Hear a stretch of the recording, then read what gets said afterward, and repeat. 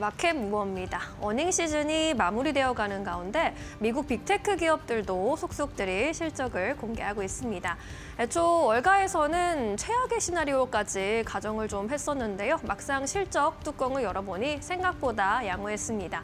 AI 기업들이 또 투자 확대에 대한 내용까지 언급을 하면서 지난주 기준으로는 S&P 500 지수가 21년 만에 가장 긴 상승세를 보여주기도 했는데요.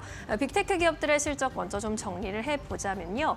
매출과 EPS 모두 컨센서스 대비 상회하는 실적을 이렇게 공개를 했습니다. 물론 미국 기업들의 70%가 상회하는 실적을 내놨기 때문에 그리 놀라운 내용이 아닐 수도 있겠지만요. 지난 3개월간 트럼프 대통령이 전 세계 시장을 들었다 놨다 한 것을 감안해 본다면 상당히 의미 있는 실적으로 읽히고 있는 상황입니다. 다만 이렇게 모든 기업들이 컨센서스를 상회하는 호실적을 공개했지만 주가의 희비는 엇갈렸습니다. 애플과 아마존은 3에서 4%대 하락세를 그렸고요. 실적 발표 이후에 알파벳이나 마이크로소프트, 메타 같은 경우에는 오름세로 움직이고 있는 상황입니다. 이렇게 주가의 반응을 가른 요인들은 무엇이었는지 체크해 보겠습니다. 먼저 애플과 아마존은 주가가 하락으로 좀 움직이고 있는 상황인데요. 애플의 경우에는 관세 전쟁의 여파로 중국 매출 감소세가 처음으로 확인이 됐습니다. 웨어러블 부문의 매출이 또 감소를 했고 팀쿡 CEO의 경우에는 관세 이후로 6월 분기에 9억 달러 비용을 쓸 것으로 예상한다라는 발언을 내놓았습니다. 대표적인 제조업체인 만큼 관세 영향력에서 벗어나기 좀 어려웠던 것으로 해석이 되고 있습니다. 아마존 역시 관세 영향에서 좀 짙게 깔리고 있는 모습인데요. 중국산 소매품이 상당히 많은 비중을 차지하고 있기 때문입니다. 하지만 광고 부문 매출이 컨센서스를 상회했다라는 점이 긍정적으로 읽혔습니다. 그래도 아마존 웹서비스 AWS 부문의 매출이 컨센서스를 하회했고요. 2025년 가이던스가 시장 예상보다 낮게 전망됐다라는 점 역시 위크 포인트로 잡혔습니다. 다른 기업들 좀 살펴보면요. 이번에는 상승한 기업들 짚어볼 수 있을 텐데요. 마이크로소프트와 알파벳, 메타 모두 소프트웨어 기업이기 때문에 관세 영향력에서는 상대적으로 자유로웠다라는 평가 받아갑니다.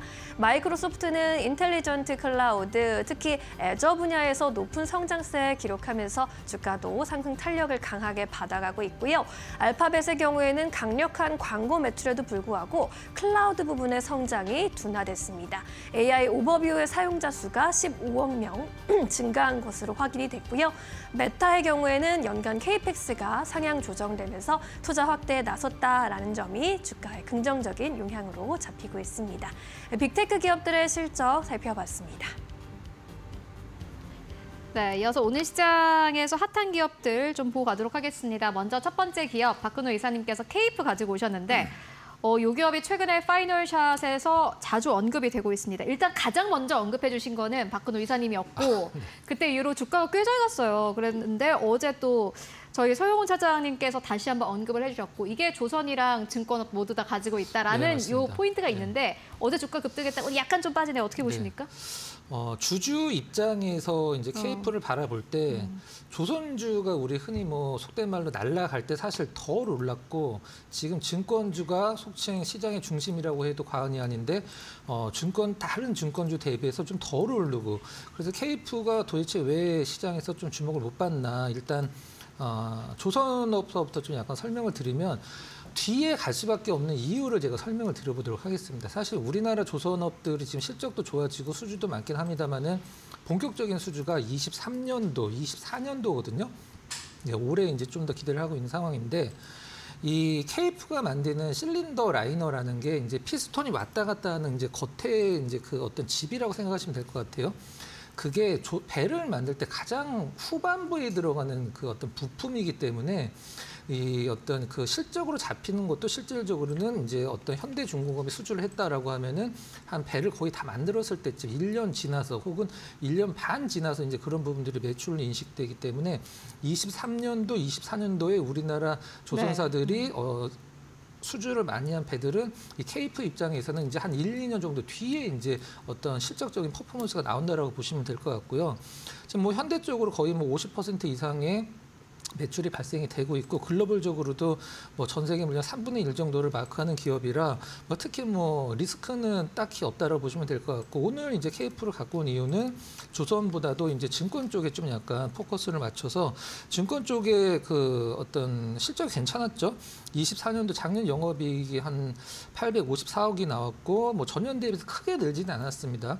약간 이 어떤 리테일 쪽으로 치중하는 기업은 별로 아니기 때문에 전년 대비해서 한 10% 정도. 최근에 KF증권의 신용평가가 상향이 됐다라는 것은 어떤 KF 전체적으로 좀 안정성을 시장에서 좀 어필할 수 있는 부분이라고 생각하시면 될 것 같아요. 차트 수급이랑 같이 잠깐 보도록 하겠습니다. 네.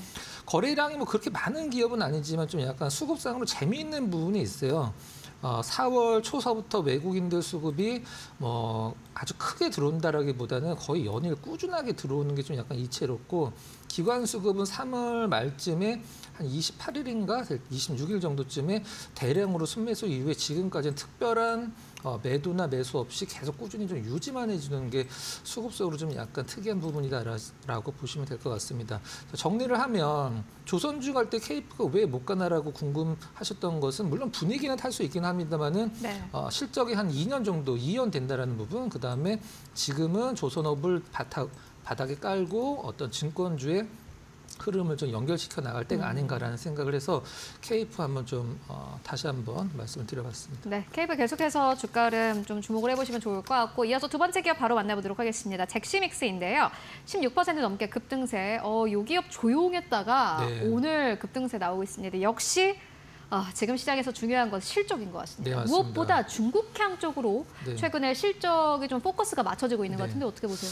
거의 느낌상으로는 올해 처음 오르는 듯한 느낌으로 이제 맞아요. 올라가고 있는데 많이 올랐네요. 오늘 좀 약간 부담스러울 정도로 과거 같았으면 거의 상한가급인데 일단 중국 쪽 앞서서 이제 앵커께서 언급해 주신 대로 중국 쪽이 중요한데 실적은 뭐 굉장히 좋아지고 있는데 주가가 못 받쳐줘서 그게 걱정이죠. 중국의 매장을 얼마나 내느냐가 이제 시장에서 가장 잭시미스의 그 어떤 실적을 견인할 수 있는 요인으로 보고 있는데 올해 이제 50개까지 늘린다라고 하는데 4월에 이제 10호점을 냈고요. 그 다음에 5월에 11호점, 12호점. 연이어서 이제 오픈을 하고 있는 상황입니다.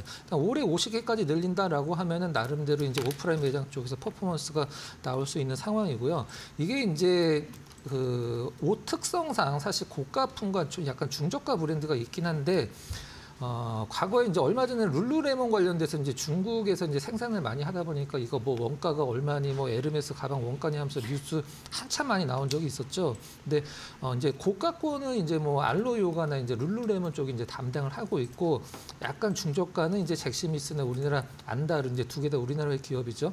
담당을 하고 있어서 약간 시장 자체는 사실 뭐 다르다라고 생각을 좀 하고 있습니다. 근데 매장을 주로 어디에다 내는가 살펴봤더니 이제 상하이나 광저우 일단 중국 중심이죠. 인구 가장 많이 사는 쪽에 오픈을 해서 프로모션도 좀 진행을 하고 있다라고 얘기를 하고 있습니다.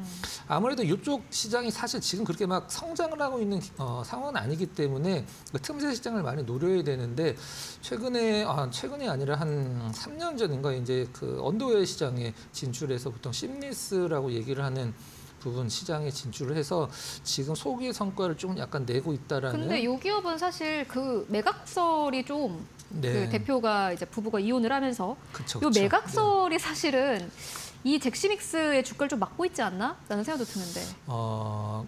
매각이 된다라고 얘기를 했다가 좀 약간 지지부진 되면서 오히려 주가가 좀 약간 그런데 지금은 이제 실적으로 주목을 받을 때라고 생각을 하고 있고요.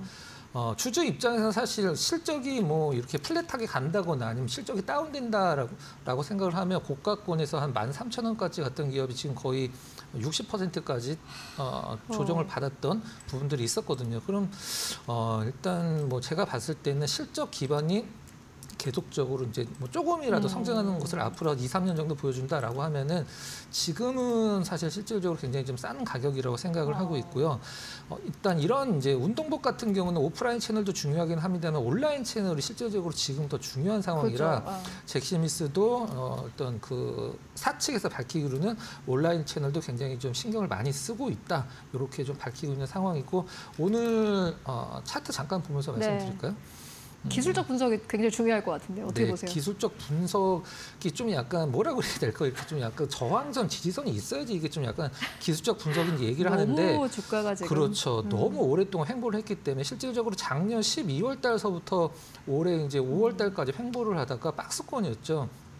올해 처음 오른 느낌이다라고 말씀드린 게 바로 에너지를 좀 그렇죠. 좀, 이런 부분인데 중요한 건 저는 위쪽 이제 수급인데 이제 외국인들 기관 수급이 데칼코마니처럼 움직이긴 합니다만은 뭐 시가총액 봤을 때 그렇게 중요하진 않고 가장 중요한 것은 좀 약간 타이트하게 보면 외국인들 기관 수급이 지금 많이 내려와 있는 걸 확인을 할 수가 있어요. 이게 무슨 얘기냐면 뭐 쉬운 말로 그냥 오버행 이슈가 있을 수가 좀 없는 그러니까 많이 팔았습니다. 이럴 때는 이제 조금만 매수가 들어오고 시장에서 분위기만 맞춰주면은 어떤 이제 수급 따라서 주가가 차분하게 이제 움직이는 흐름이 나올 가능성이 높거든요. 오늘 일단 큰 폭의 상승은 좀 약간 부담스러운 부분도 있긴 합니다만은 나름대로 바닥을 워낙 한 5개월 정도 다졌기 때문에 상승의 초입 구간이다. 이렇게 판단을 하셔도 큰 무리는 없을 거라고 생각을 하고 있습니다. 네, 잭시믹스 주가가 실적 대비해서 지금은 저평가 상태다라고 정리해 보도록 하겠습니다. 지금까지 박근호 이사와 함께 이야기 나눠봤습니다. 말씀 고맙습니다.